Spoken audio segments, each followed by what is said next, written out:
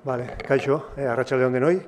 Aurkeztengo naiz, ni Josu naiz, AFM Clusterretik nator. AFM Cluster da fabrikazio aurreratuko 800 enpresa biltzen dituen elkartea, ez? Orduan, guretzako, lehendabizi esan zorionak, zorionak guztioi, bai diploma jasoko ez duten hori, eta baita saria jasoko dituzten guztioi. Esan zuek gure sektoreantzako, AFM Clusterrentzako pertsona oso garrantzitsuak zeatela, ez?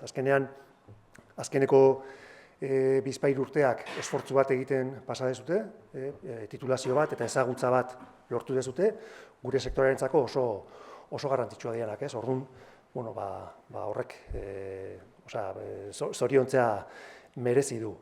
AFM Cluster IMH-en oso implikatua dagoen elkartea da, ez? Azkenean guretzako pertsonak, talentua oso beharrezkoa dira, sektorearen etorkizuna hor dagolako, ez? Orduan, guk adibidez, aurten egin dugu txosten bat, ikerketa txiki bat edo, sektoreak ze perfil, ze kompetentzia behar ditun, eta hemen zaudeten perfilak dira, ez? Hemen lortu dituzuten ezagutzak dira, hor ateratzen diranak, ez? Hori da, gure sektoreak behar duna, orduan, zentzu hortan,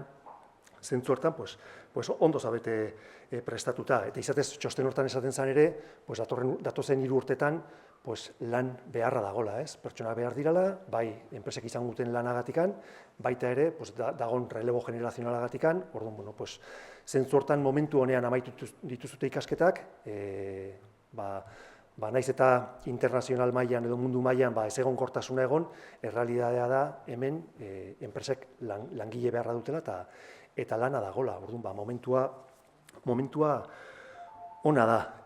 Izatez, sektoreak daukan erronka nagusiena momentu honetan da talentua, jendea erakartzea, enpresei kosta egiten zaie jendea erakartzea, ondo prestatua dagoen jendea sektorera biltzea, eta horregatik ere hemen egotea pozgarria da, ez? Azkenean, zure bezalako taldea handi bat, profesional berriak, etapa berri bat hasiko zuten gazteak, eta ezain gazteak, baina gehienak gazteak, pozgarria da guretzako. Azkenean, etorkizun osoa dakazute orain, dazkazuten ikasketekin, eta Jonek esan duen bezala, jarrera egokiarekin, zuek jartzen bezute jarrera gogoa, ilusioa, konpromesua, zuen etorkizun profesionala garatuko zuten nahi dezuten punturaino.